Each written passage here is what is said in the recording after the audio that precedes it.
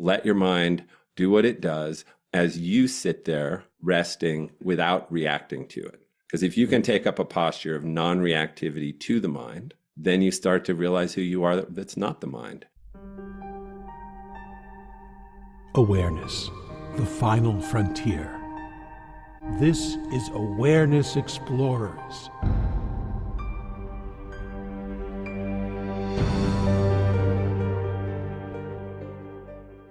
Welcome back, fellow explorers, to Awareness Explorers. Good to have you back.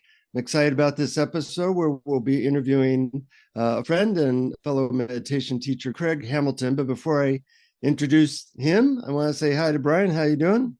Very well, Jonathan. How are you doing? Good to see you. I'm doing great. You know, a lot of times you know a lot about the teachers that we interview, and I know their bio. Now we've reversed roles. I know a lot about Craig. I've taken a couple of his courses. We're becoming good friends, and you're new to him, so we'll reverse roles. But let me tell our listeners about Craig Hamilton in case they don't know. Craig is a spiritual trailblazer whose approach to transformation is bringing enlightenment down to earth and unlocking the codes to our highest potential. He has more than 16,000 graduates to date in his meditation courses, and he's transformed the lives of seekers in over 85 countries. Craig is a former senior editor of What is Enlightenment magazine. He's a founding member of Ken Wilber's Integral Institute and a member of the Evolutionary Leaders Forum. We could go on and on about Craig, but I just want to welcome you to Awareness Explorers, and I'm looking forward to this interview. How are you doing, Craig? Doing great, and thank you for having me on your show. I think it's a fantastic show, and I love the format of the two of you in dialogue together. So looking forward to going somewhere that none of us have gone yet, and hopefully unlocking some new insights. And where no person has gone before. Anyway, well, at least the three of us maybe haven't together. I'm going to do something different, which is let you ask the first question, Brian, because you can follow your curiosity. I know a lot about Craig's stuff, and I'll mention some of the value I've gotten from his courses. But what strikes you first? Well, you wrote in your book, which I believe is called Unlocking the Power of Meditation, which I really, really enjoyed. And you said that a lot of people get meditation wrong. A lot of people have a lot of mistakes about the idea about it. And not only that, you wrote this quote, which I found fascinating. You said, "I'll be the first to acknowledge that what I'm pointing to is an utterly radical proposition. Indeed, this practice runs counter to just about every human instinct we have." And so what is it about what we think about meditation that we get so wrong?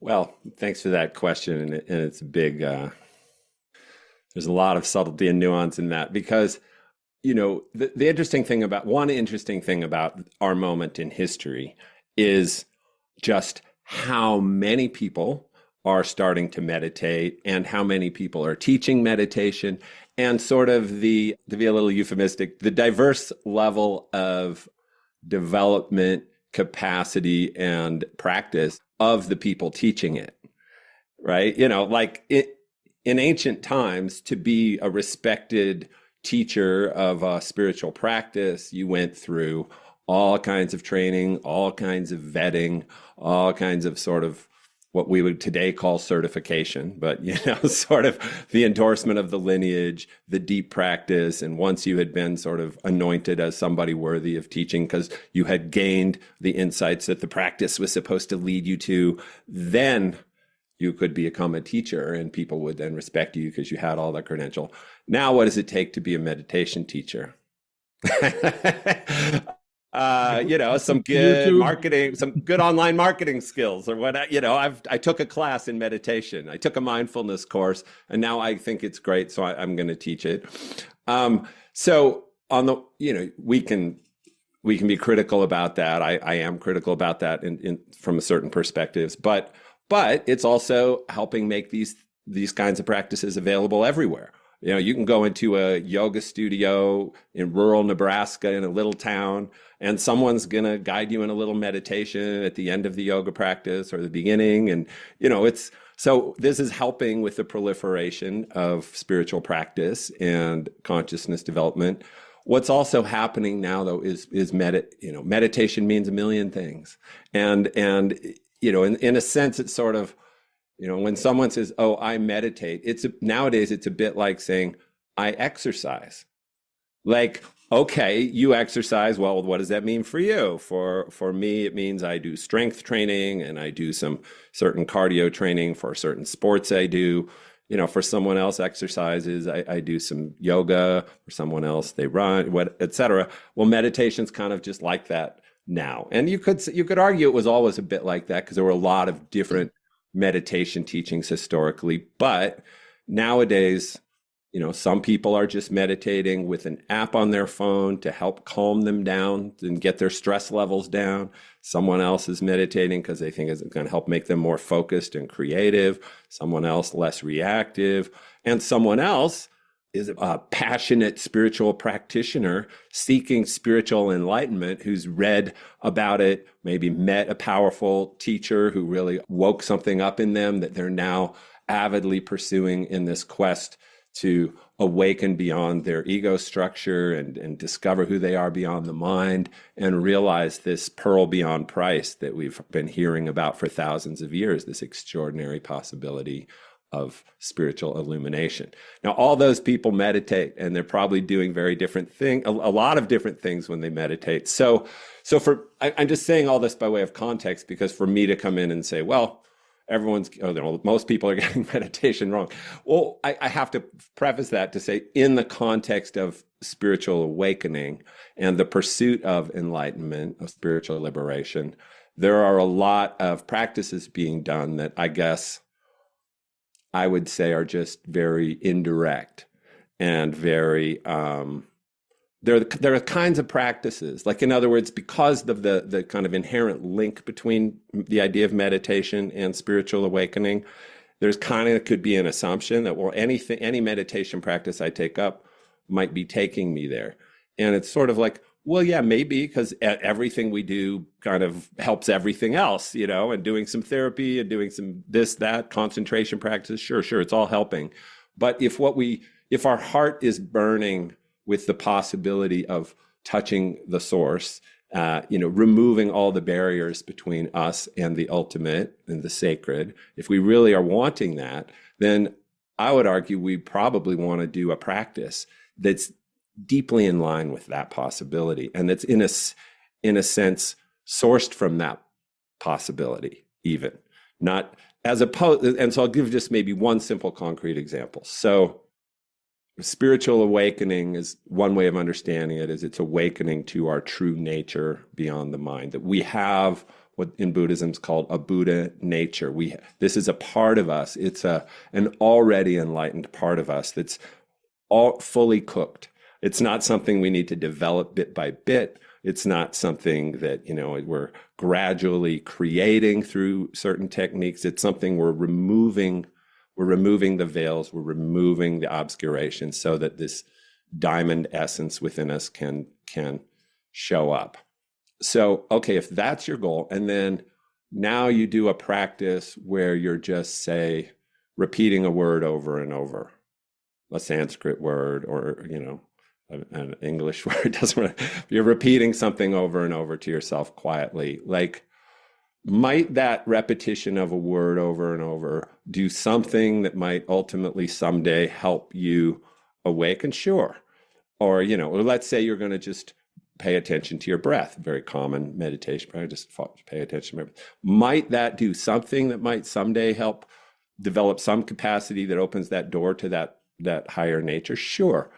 But what if you could do a practice where every time you meditate, the very practice itself is about clearing the obstacles and the obscurations, moving them to the side so that luminous essence of who we are can reveal itself in that very meditation practice. So in other words, there's no time involved. And this is why I said, in that quote, I said it's counter to almost every human instinct we have, because anytime we think about a goal like spiritual awakening in this case, we invariably are going to think about that in terms of of a process that leads to the goal in terms of, and that process is going to take place in time, and we're going to do things that eventually will get us there. But that very idea of time and a progress to get somewhere I'm not is the idea that's in the way of spiritual awakening. It's the biggest obstruction. So what if our practice took out any idea of a process in time that's leading me somewhere in the future, and instead we sat down, and from the very moment we begin to practice, where our intention and the practice itself is about, right now in this moment, I'm going to take up an inner posture, just like in yoga we do outer postures. I'm going to take up an internal posture that is fully aligned with my enlightened essence already. And in doing that, I'm going to just kick the door wide open for the always mysterious revelation of who I am beyond my mind and ego. I'm going to take up a posture in which the only part of me that could even do this practice is that essential part of me that's already awake to who I am.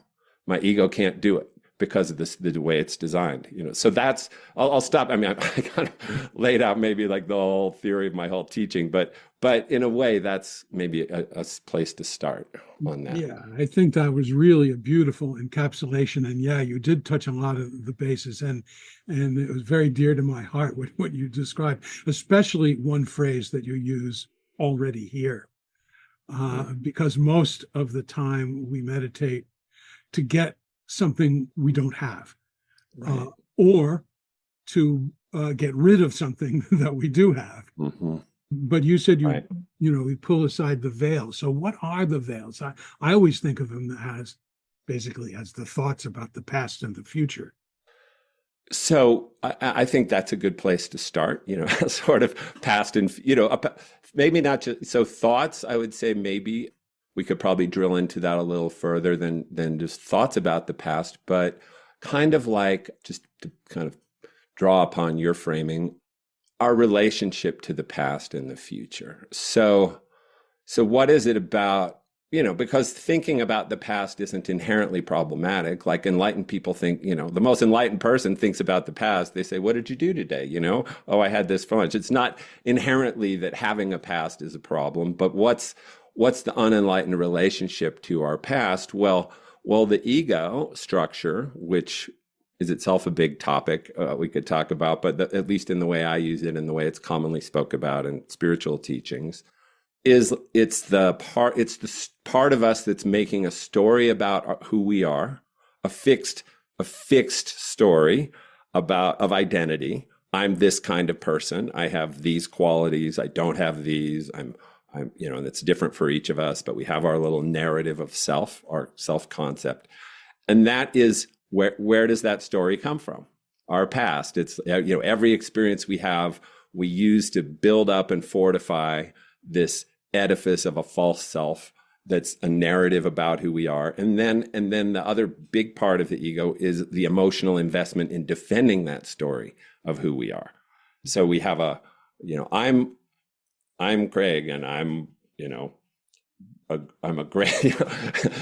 great meditation teacher, and I'm, also a really kind and caring human being, and I'm also whatever, and I'm not an idiot like those people who voted for the person I didn't vote for, and whatever. I've got, I'm not saying that I'm like deeply embedded in that, but if we were to analyze, whatever ego structure, just as an example, a person will have this set of ideas about the self drawn from their interpretation of their life history up to this point. And then the moment that gets challenged, like let's say I do something that is pretty idiotic and it gets pointed out, and it's revealed, wow, that was a terrible decision. The machinery inside us rushes in to try to defend my narrative that I'm this great, smart, wise, enlightened person. It rushes in and says, well, that was an honest mistake and it wasn't your fault. And, you were given bad advice and, all this, the defense, ego defense. So okay. So to just come back to the question. So if I'm sitting in meditation and my attention is basically still invested in defending that story, fortifying it. I'm thinking about the past and using it to populate my self-concept, then I'm definitely not opening to the infinite part of myself. So sure, that's the past. And the future, I mean, in a way, that's a little more something that I'm directly addressing in this approach to meditation, this direct approach, because I'm saying, okay, any part of us that's invested in getting somewhere other than we are in the future. So I've set up a goal. I want to be very enlightened, and it's going to take years, and I'm looking at that future goal. Well, what's happening when I'm sitting and meditating? I'm not putting every bit of my energy and life force and attention into this moment, because a lot of my attention's on some future moment. So it's like the investment in where I'm going and getting to in the future gets in the way of bringing it all here. I mean, I often will use the metaphor of investment and divestment around this and say, to really do this practice, can we divest every cent out of our investment into the future and basically put every penny we have on this moment of practice as the moment that I am choosing to be awake. And there's no other moment. Go ahead. I like that metaphor. As somebody who's taken a couple of your courses and know you personally, you're a big proponent of what might be called direct awakening, as opposed to kind of the almost like the spiritual stepladder approach, where you purify yourself over a lot of years. You do pranayama, you try to, be a good person, you give to charity. A lot of what religion has done is set up a long system before you might actually get somewhere. And the direct awakening is really a major change in how we look at things, that any person with the right technique and the right, what you call posture or container, might be able to touch upon their true nature anytime. And I'm wondering, there's obvious advantages to that. It saves a lot of time, energy, things like that. And I have benefited from that approach. I know Brian and a lot of our listeners have as well. But are there any disadvantages to this very direct approach to connecting with our true nature? Yes. There are. And it's funny because my main meditation course is called The Practice of Direct Awakening. So we are talking about direct awakening completely. So, well, I mean, I probably wouldn't run around using the term disadvantages, but I get the spirit of what you're asking. So, or maybe things to look out for that exactly. lead you astray. No, I got it. And certainly I could say even disadvantages, but here's what I'd say. Because you're right. So if we look at, and this isn't a new distinction. Even if you look even way back in some of the traditions, there were big arguments and debates about the sort of sudden schools of enlightenment in Buddhism versus the gradual schools of enlightenment. Right. And, some really powerful enlightened masters would say, no, you need to do this, develop your concentration first, and you need to do all the character development practices, like you said, and the self-purification of your motivations, so that you're only on the path for the right, highest possible reasons. You have discovered a truly selfless motivation to practice for the good of the whole, what they call the bodhisattva vow in Buddhism. And, you need all of that, because if you have an awakening and you haven't done all those things, you might be kind of empowering someone who's pretty undeveloped, fairly primitive, kind of a jerk still, fairly self-centered. And to some degree, the powerful awakening might, clear away a lot of that, the detritus of your old, small self. But it also might end up, if your kind of ego takes hold of all that new power and clarity, you might become someone who's actually now very powerful, but doesn't have fully purified motivations and could really do harm as a teacher because people might feel the power of your illumination and be drawn to you, but you still have shadow, you still have ego going on, you still have unwholesome motivation, you still have obscured vision, etc.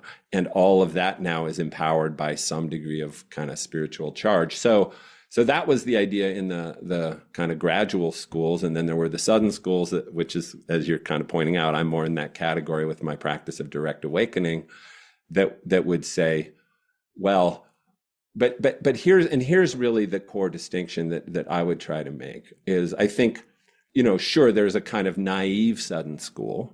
And by the way, I pardon the nuance here, I'm sure some people, this might be not making reference to things that you're not aware of, but in the West, America and Europe, over the last, let's call it kind of 40 years, there's been a pretty powerful sudden school, meaning a lot of people teaching, in the satsang world, the Neo-Advaita Vedanta world, coming and saying, all you need to do is just realize who you are in this moment, and you are a liberated person now, and just give up the idea that you're not liberated, and then you're liberated. And that's all that's needed. And any practice, any meditation, anything you're doing is just in the way. It's just a belief that you're not there yet. Just do it. And so this has been a big part, had a lot of influence on contemporary spirituality, these kinds of ideas and these schools and these satsang teachers. And, interestingly enough, over time, a lot of that kind of dwindled and fizzled and didn't end up with a bunch of super powerfully enlightened people walking around, because it's nowhere near enough if that's the whole thing, that you're just trying to like get that moment of insight. Like, sure, I'm not just saying that didn't catalyze awakenings for probably maybe hundreds of thousands of people. But I'm saying those awakenings didn't stabilize, and they didn't last, and they didn't change people's lives, because just having an insight, a spiritual insight of, oh, my true nature, oh, I'm already free, who I am beyond the mind, isn't at all sufficient for, in 99.999% of people, is not at all sufficient to catalyze real awakening. There might be the very rare people who have some stories from history. Ramana Maharshi, who just boom, had it, and that was the end. And he seemed to really be the end for him. So I want to get to the thread, because I haven't quite said what I wanted to say. But in the more mature sudden schools, and the school, like really in the way I teach, and you'll find this in some of the Tibetan traditions, in like the Mahamudra teachings and the Dzogchen teachings, the idea is more like awakening is available right now, and almost like the practice and the path begins with awakening, meaning let's not make the error of putting our potential for awakening, our awakened self, out somewhere in the future as a goal we have to gradually get to. Let's acknowledge the truth that it's right here, right now, that any person could, with the right pointing out instruction, the right words, and just insight, could see it and discover it and have the big aha of awakening. But then let's not also make the mistake of thinking that now is the end of the path. That's really the beginning of the path, in the way I teach in some of these other kind of more mature, what I would call more mature, sudden, direct schools. And what that means is, okay, now I'm actually aware of the goal. I'm aware of the goal in my own experience. I have tasted it. I'm not reading about it in a book. I'm not imagining it. It's part of me now. It's like the foundation for my practice, but I still have all this work to do to fully purify this vessel so that I can hold that awakening. I still probably have all kinds of erroneous ideas and beliefs that I need to cut through and see through. I still have all kinds of emotional reactivity, conditioned egoic emotional content that needs to be seen through, shadow material, like all the transformational work needs to occur. But now it's being guided by the awakened vision, like by the awakened mind within us.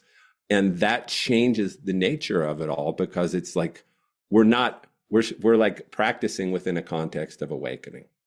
Now, being that I'm somewhat familiar with your stuff, and taking a couple courses, and you're really trying to teach a lot of people these pointing out instructions that lead to a direct experience.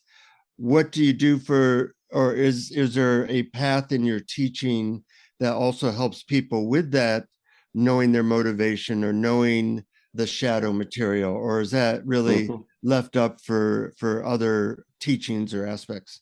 So yeah, but my teaching work at this point is comprised of sort of two main courses. There's Mm-hmm. this 12-week practice of direct awakening course that's mostly focused on meditation Mm-hmm. and awakening. And then I have a course called Integral Enlightenment, Awakening to an Evolutionary Relationship to Life, which delves much more into like understanding the nature of our own ego, both Mm-hmm. in general and specifically, and also learning how to, it's kind of taking some of the ideas I was just speaking about and really operationalizing them. Like, let's look at all the different parts of life, from our relationships to Right. just how we show up in the world, to our motivation, to our worldview and our belief systems, and what's fueling us, et cetera, and work through those. And the interesting thing is, I used to recommend taking the Integral Enlightenment course first because I kind of wanted people to be anchored in this evolutionary kind of context. And Yeah. then I kind of flipped and thought, I need to have meditation be the anchor first. So, I mean, people come into my work in different ways. They're both, I don't exactly have it as a progression, but yeah, there's all of that. Uh-huh. Uh-huh. Yeah. And then I have an ongoing membership program called The Awakened Life that mostly focuses on meditation, but also each month we have practices to take into our lives to try to anchor it in Uh-huh. life. Yeah. One of the things that originally attracted me to Brian was he's very good at coming up with very simple methods in his Hmm. books and in the podcasts. And I found the same with you that you know there's so many methods of direct awakening now, and Hmm. sometimes just a little turn of a phrase or a little something can make all the difference. Right. And That's you the would nature of often it. Yeah. you would often come up with what you call pointing out instructions or phrases that would point. And I found, yeah, that one doesn't work. Yeah, that one doesn't work. Oh my God, that one works incredible. Well, and to some degree, that's kind of how we all are. Is we're all at different places on the path. We all have Uh-huh. different predilections, different ways of thinking, different orientations, different background, and that's. I've often used the metaphor in the practice of direct awakening, where on the one hand, it's kind of just one simple practice. On the other, I teach it in at least 8 different ways that are distinct. And I'll say it's kind of like, well, once you're meditating, meaning once you're resting in your true nature, you're like on the freeway of meditation and everything's just flowing. But there are a lot of different on ramps to getting on that freeway. And for Yeah. someone, it might be, just let everything be as it is right now in this moment. Don't change a thing. Try that. For someone else, it might be just bring your attention to the awareness that's having your experience right now, as opposed to the thing you're experiencing. And someone will say, I can't possibly do that. I don't know what you're talking about. Someone else will say, oh my God.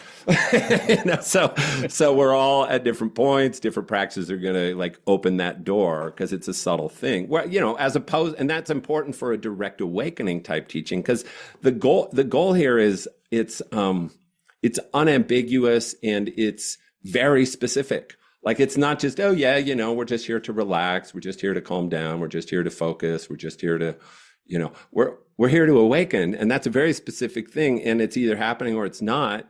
And so, well, let's try this. Okay, that didn't do it. Let's try this. Okay. Okay. Yeah. Okay. Now you got it. Now see if you can hold that when you try this. And, we eventually, once we're in meditation, all of the different practices make total sense and they're all happening Mm-hmm. naturally. They're all Mm-hmm. happening simultaneously and naturally. But what gets us in, what opens that door at any moment, is very, very, unique or, kind of subjective, kind of Yeah, personal. and I find it's not only different for different people, but even for me, it's different on different days. Yes, right. I might Totally true. try, Mhm. just allowing everything to be as it is on one day, and then on another day I might just try just being the background in which everything appears, and Nice. seeing Yeah. which one clicks that day. Beautiful. Yeah. I mean, I think in that book you mentioned, Unlocking the Power of Meditation, I talked about cross training as one, that was one of the chapters, because we think about that in athleticism, okay, great. You want to be a great runner, but to be like a world-class runner, you're not going to only run for training. You're going to do some strength training, you're going to do some stretching, you're going to train some other capacities that will just enhance that. And I feel, again, this is maybe you asked at the beginning, what are some of the errors that we make around meditation? Well, one error a lot of people make is they take up a practice, they do the exact same practice every day for years. And some days it's powerful, and other days it's boring, and other days they're falling asleep. And then, sometimes it's rote, and then it's powerful again. But I really am a strong advocate of meditating in, different ways regularly. Keep breaking it up, keep mixing it up. Try this. Okay, great. You love that. That always works for you. Okay, great. Now do something different and see what door that opens. Because, even though I've said awakening is one thing, meditation is one thing, it actually has a lot of dimensions to it. And this is another kind of in that category of what are the kind of things we're getting wrong. A thing I see in a lot of people, and, even in my teaching where I'm making all the points that we're discussing right now, people will still they'll say, wow, I sit down and meditate, doesn't matter which practice I do, I just get in, I get in meditation, I just get in my groove. And I'm kind of like, that's not what this is about. This is not about getting in this single state of consciousness that you're very familiar with and you know how to get there. And then once you get there, you just rest. This is about really unearthing and, disrupting the momentum of thousands, hundreds of thousands, arguably millions of years of life evolution that's all around like holding on, security, certainty, knowing, predictability, control. We're disrupting all that momentum, and we have to keep disrupting it from different angles. Yeah, I mean, if that state that you get to, if your happiness is conditioned on whether you're in that state or not, there you go. Then there's something missing, and right. And well said. Well said. It brings me to another question, which is related to the mistakes question earlier. But you had a great chapter in your book called "The Myth of the Quiet Mind," and I thought that was so important because, like, obviously, everyone says you must quiet your mind, and this is a theme in spiritual teaching over and over. And when I discovered, oh my gosh, that awareness that is my nature, that is totally allowing and loving, doesn't go away when my mind is active. It's there. Right. And that was an eye opener. I love that. Let's all just take a moment and let that in. There was a transmission in that statement. He said that this deeper awakened essence of who I am, that maybe I had to kind of quiet my mind a little to discover it, maybe. But once it's discovered, nothing my mind could do could obscure that. That's who I am. That's the one who's experiencing the mind. And I'm not the mind, I'm the experiencer that's experiencing the mind. It's experiencing my emotions. It's experiencing this world moving, and this, profound experiencer, this pure subjectivity that I am, isn't touched, it's not impacted by any of the changes going on in the world, in my mind, in my psyche, in my being. That's a great statement of liberation. That's why it's called liberation. Oh, I'm free no matter what happens. My freedom is unconditional. My awakening is unconditional. My mind can be chaotic. It can be quiet. Doesn't matter. But as you pointed out, that's an insight. That's not something you can just, okay. Like now you heard me say it and now you're just going to adopt that truth and now your life's changed. It doesn't work. You have to do the practice for that revelation to occur.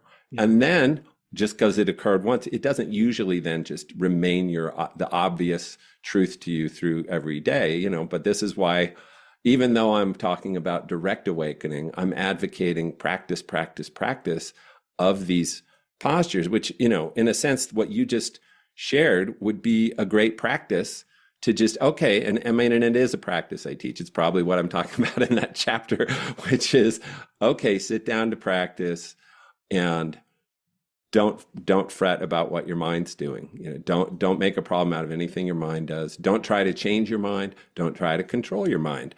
Let your mind do what it does as you sit there resting without reacting to it. Because if you can take up a posture of non-reactivity to the mind, then you start to realize who you are that's not the mind. And that then opens the door to a lot of the kind of beautiful kind of sentiment that you were sharing about that. So many doorways. A lot of our listeners are pretty familiar with moments of their true nature or being awareness. And it seems like a lot of the next step is how you integrate that experience or those insights or that knowledge into one's life. And you do have a course that talks a little bit about that. But I'm wondering, do you recommend people do specific practices as integration, or how does that unfold?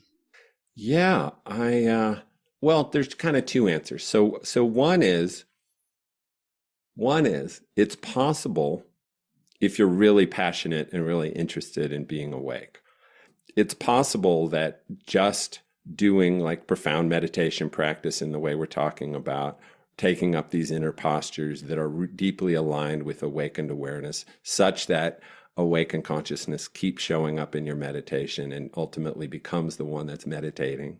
And that's your true home, and you're doing those practices steadily in meditation. It's possible to then just walk into your life with a profound intention to live in alignment with these radical truths you're discovering about who and what you are, and to kind of bring an inquiry to your life that says, okay, if it's true that I don't have to control everything for things to work well, because that's one of the insights of our awakened nature, is that like life works much better when we let go and flow with it, and we're just remain in a kind of open, innocent, responsive place. And this is one of the ways that awakened consciousness shows up in life. It shows up as a kind of innocent, receptive, but responsive kind of presence. And we're here for it. We're not living in the stories about the past. We're not living in the hopes for the future. We're not trying to control where things go. We're more interested in like, well, where are they going? Where do they want to go? Where does, what's the field and the sort of entelechy or telos of evolutionary unfolding going here, and how do I follow that? And we can just, what I'm saying is it is possible for it all to become very organic, our kind of path of self-transcendence, self-purification, and really integration, as you use that term. That can be a very organic process if we're really heartfelt about our path. Also, though, I encourage, but it isn't necessarily going to be that way for many of us. We're not necessarily going to have that radical inquiry that is so driven and intentional that we're going to unlock the keys to our own integration and our own stabilization just because we're doing these deep meditation practices. And so, like I was mentioning in my Awaken Life meditation program, my membership program that just goes on month after month, where we keep doing the practices and exploring, I always give some practices for working with the same kind of analogous principle or awakened kind of principle in our daily life. Because I do think having practices to say, okay, I'm going to bring, so I just use the example of like letting go of control. Now in meditation, that's something we can do absolutely. Like that's one of the beautiful things about meditation. Mm-hmm. You're just sitting down. There are no consequences to letting go.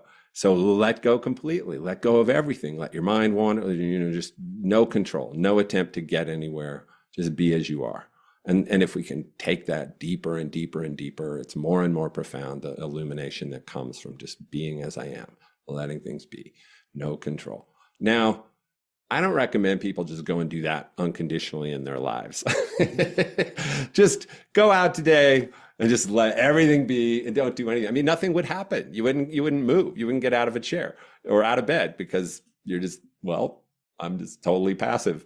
So, but what's the practice that's kind of analogous in our lives? If most of us look at how we live our lives, we would easily see all kinds of ways that we are still living in fear, trying to over control things. And what would happen if what things should I let go of?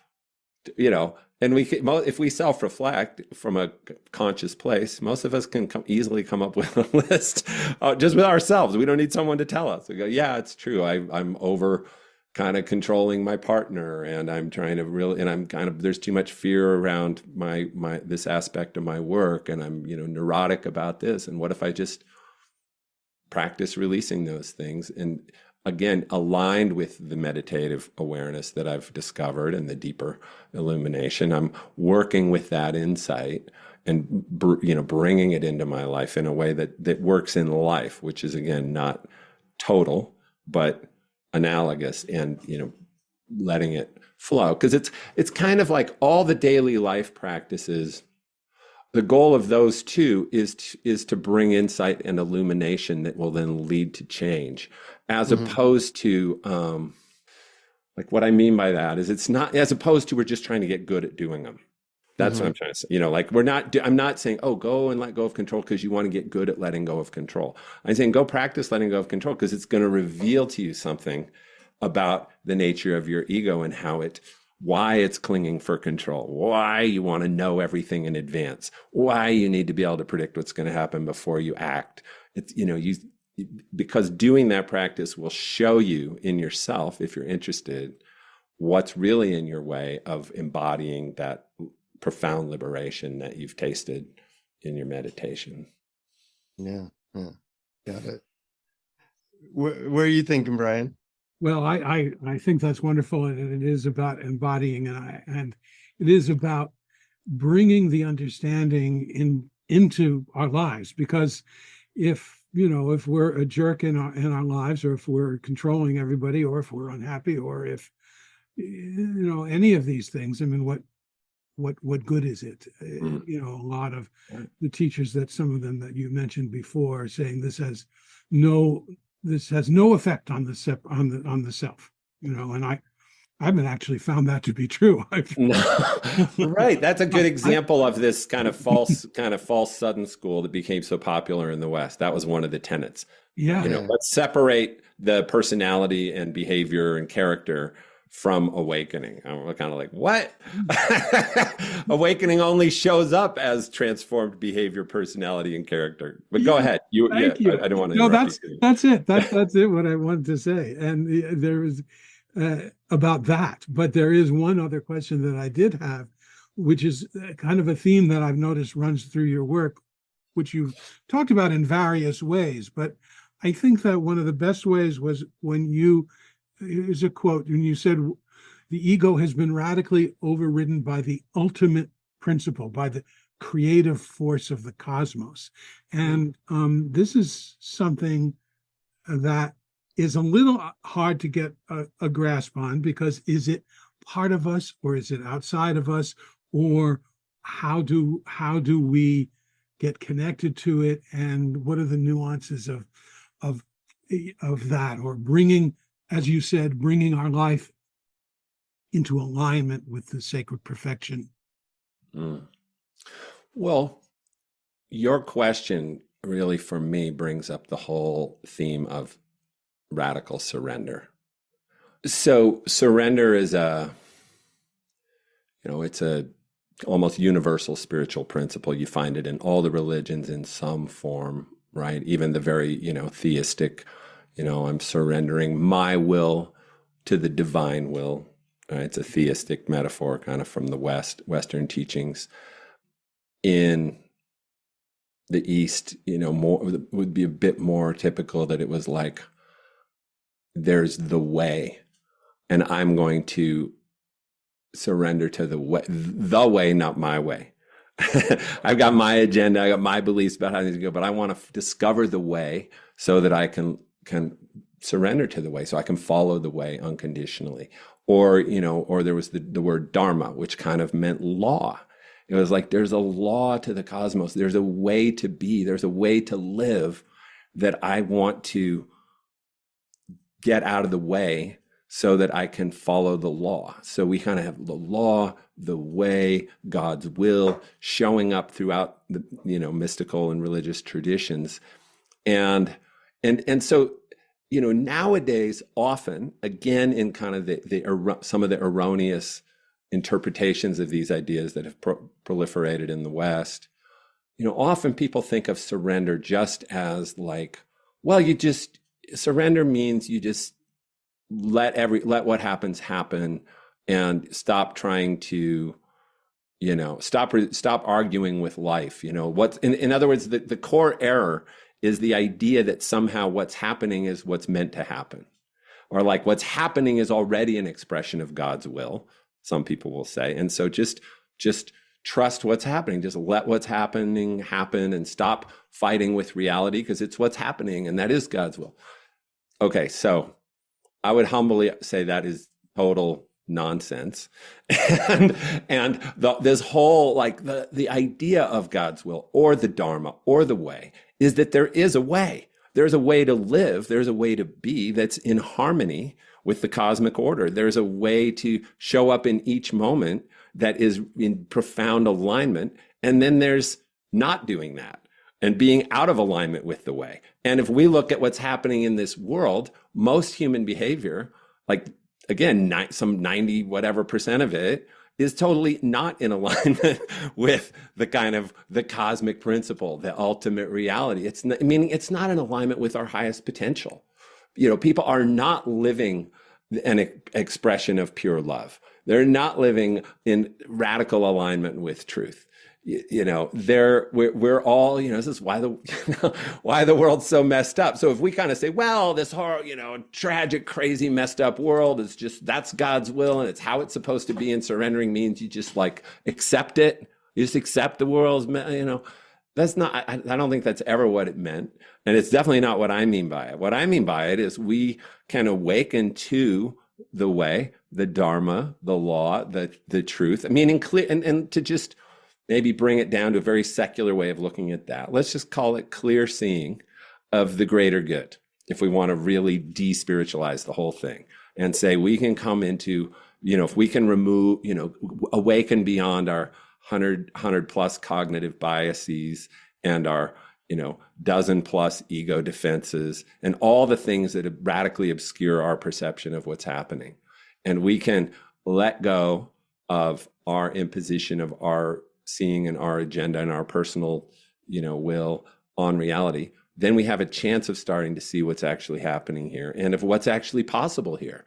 And an awakened way of living, to me, is living in alignment with our higher possibilities and being someone who's trying to bring them into existence in ourselves, in those around us, in the organizations we're a part of, in the communities we're involved with.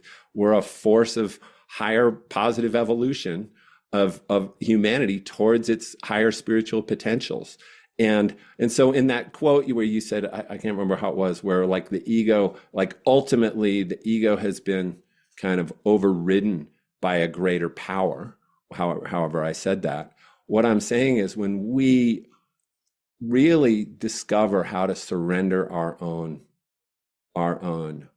story, our own agenda, our own will, and like let ourselves be taken over by this glorious, profound force of love and truth that is trying in every moment to take us over. It's trying everything. People think, oh, I wish God would show up and help me. God is trying so hard to help you. God is trying so hard to take over your life, but we have evolved a structure that's a defense against that. It's a defense against that radical letting go, that radical submission, that willingness that says, thy will, not my will, the greater good, not my personal agenda. And I'm going to give my life to that and let that guide me. And to the degree that that then starts to take us over, what happens is we're then confronted with, oh, well, there's all these little parts of me that don't want to do that. I don't want it. I want to do my thing. I don't want, I can see the right thing to do right now would be to defer to some other agenda and need. There's a greater need than my personal, agenda. I can see that'd be the right thing, but I don't want it because I want what I want, and I'm afraid. I have fear. I have, and so that's the radical path of self-purification now really begins, because we're in touch with the way, we're in touch with the Dharma. It's like alive in us. It's also been called the spiritual heart, this capacity of knowing and being in touch, or the spiritual conscience that kind of senses the way, knows how we should be living and aligning, but doesn't want, and now this is what they call the great inner jihad in Sufism. It's the battle for the soul, for the soul's liberation, to come into alignment, in that case with Allah, but as like, again, this ultimate principle. But to the degree that we're willing to follow the truth we've seen, the deeper knowing we've discovered, this way that's been revealed itself in our heart, to the degree that we're willing to surrender to the heart in that sense, then that starts to take us over. And the experience becomes, I'm not really living this. I'm not doing this anymore. Something much deeper has like taken over this human vessel. And that's now the source of my life and my actions. And that's like the center of my inquiry and my path. And there's a kind of intense humility that comes online at that point, where we never assume that we're seeing clearly. We never assume we've got it right. We never assume we're enlightened. In many ways, the most enlightened people will not run around going, I'm so enlightened, because they kind of know, well, this is a very subtle thing that's gonna, I'm enlightened today, but I could totally not be tomorrow. I could totally screw up. I think it was attributed to the Buddha. I don't know where and if he said this, but they said when the Buddha was asked, how can you know if someone's fully enlightened? He said, you'd have to wait till the very end of their life and they had breathed their last breath, and then scrutinize every action up to that point. And then you could see, because otherwise there might be some obscuration, some error, some lingering, erroneous belief, et cetera, et cetera. So it's just, this is a very subtle thing. It's not, there's a lot of glibness today around, oh yeah, just wake up. You're just gonna, just know it, see it, do it, be it, whatever. It's so much bigger than that. Yeah. It's very subtle each moment too. Yeah. I want to make sure that people get a little bit of experiential taste of your approach, because I found it very helpful. And I think now would be a good time to maybe guide us in a version of your direct awakening, what that might look like, and then we come back and make a comment on that. Does that sound good? Sounds wonderful. Okay. I'm ready to meditate. Okay. So I just want to invite all of us now to you can do this with your eyes open or closed. If you have them open, I would encourage you to just let your gaze rest somewhere, looking down at the floor, the rug, the furniture, whatever, and just let go of what you're seeing. And I just want to invite us all in this moment to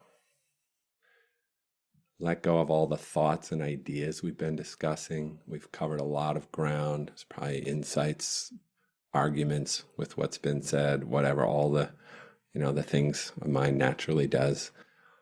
And just kind of let all of that drop to the side and bring your attention to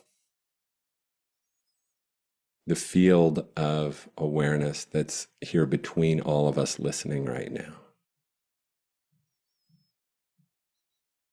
We've been talking about some very heightened spiritual realizations and truths. And some of that's probably vibrating in your experience.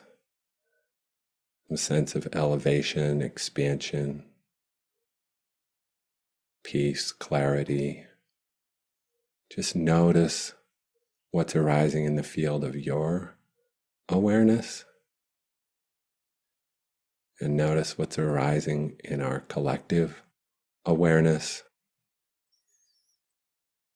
Notice that that's the same thing. There's really just one consciousness we're all partaking in.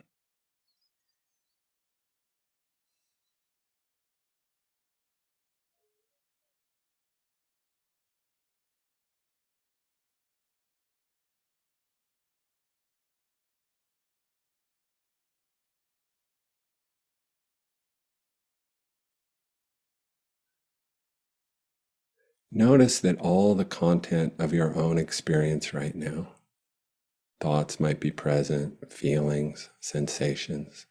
Notice that none of the content affects your ability to be aware of the awareness that you are right now. You are this vast, open, spacious awareness, and all of us are this vast, open, spacious awareness. And there's room within this vastness for anything that could arise, for all of your feelings, all the feelings of everyone in this group.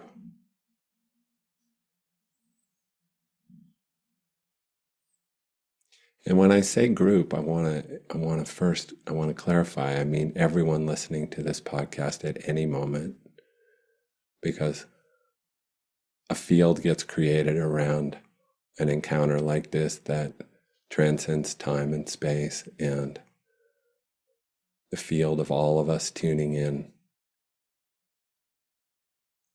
is always here.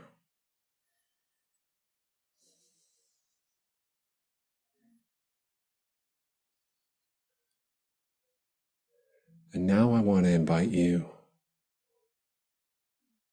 to take the radical step of simply allowing your experience in this moment to be exactly as it is, with no attempt to change it in any way. Whatever you're experiencing, just let it be.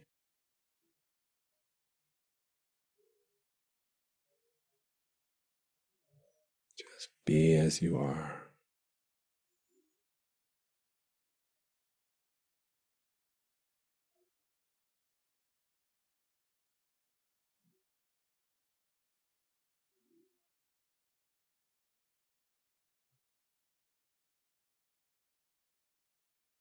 Nothing needs to change about the content of your mind.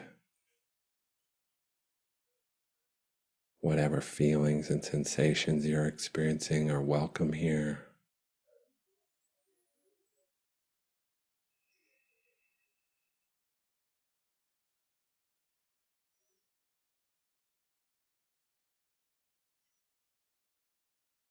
There's no attempt to get anywhere else other than this moment.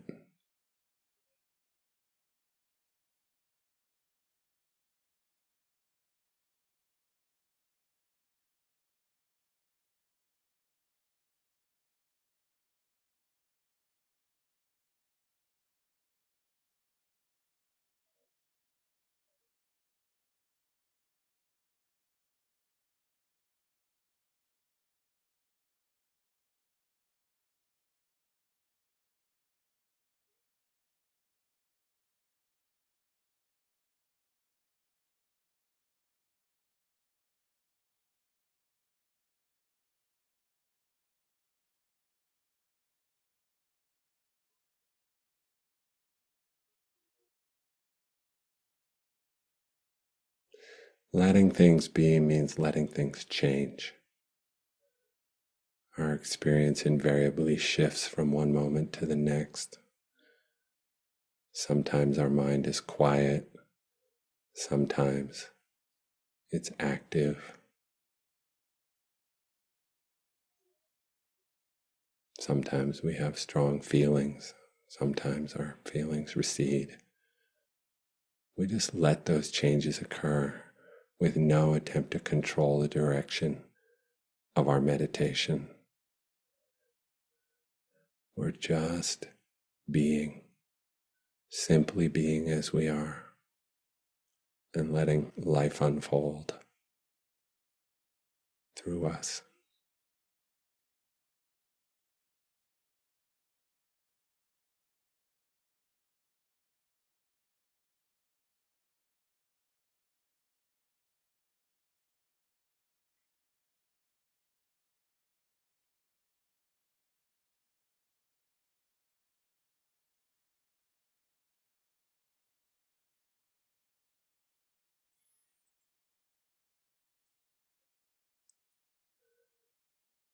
Now allow yourself to gently begin to let go of the meditation, but not in a way where we're closing the door on what's happening. We just allow it to continue naturally in our experience, allow it to flow into our life in whatever way it does, not trying to hold on to any insights or states, but also not actively trying to shift into something we might think of as ordinary consciousness. Allow the extraordinary sublime consciousness that you already are to just carry on into the next moment. Open, receptive, available, free.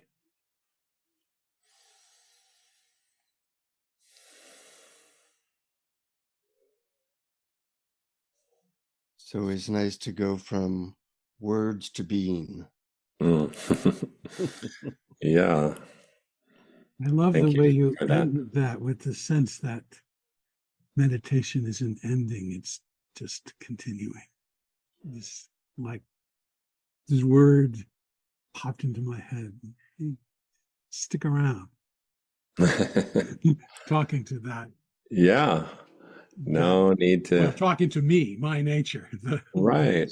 Well, right. Because, and again, the intention there is that often we kind of think, okay, I'm doing my meditation. Okay, now I'm leaving my meditation. I'm going back to my regular self. Yeah. And it's like, well, maybe the meditation has some things it wants to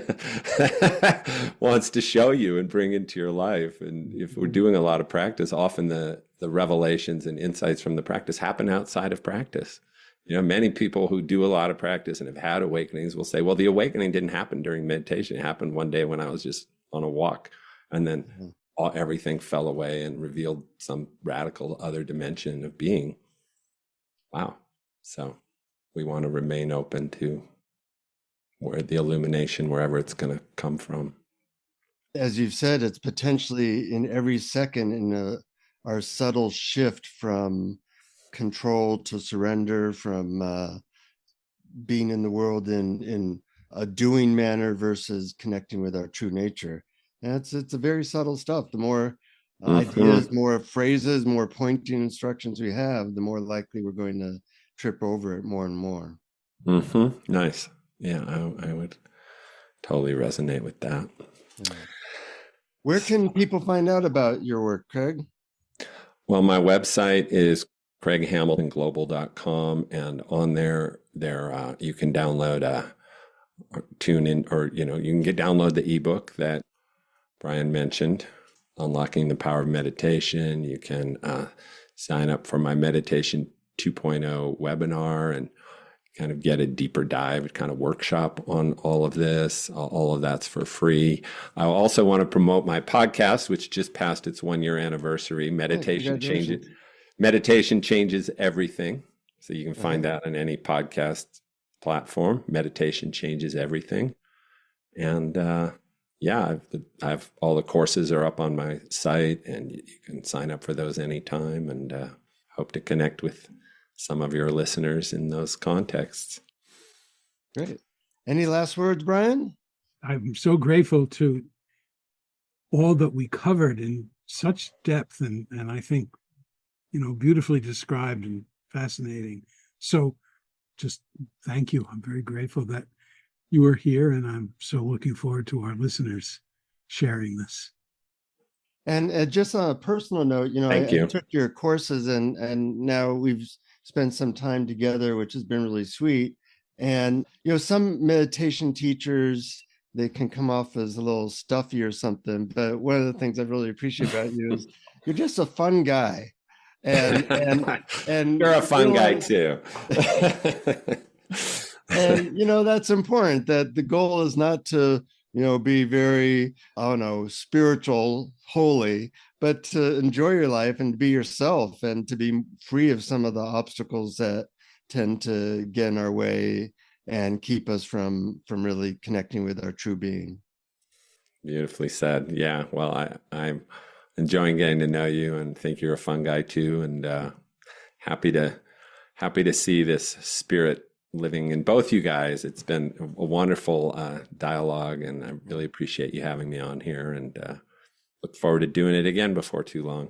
Sounds good. Fun. And to our listeners, you know the instruction, keep exploring. Keep exploring. Keep exploring. All right. Thank you for listening to Awareness Explorers. To learn more, you can check out our website at awarenessexplorers.com.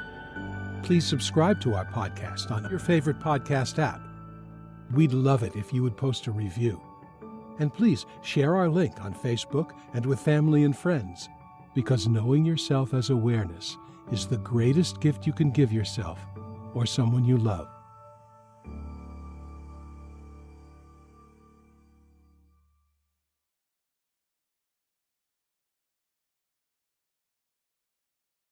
To really do this practice, can we divest every cent out of our investment into the future and put every penny we have on this moment of practice as the moment that I am choosing to be awake?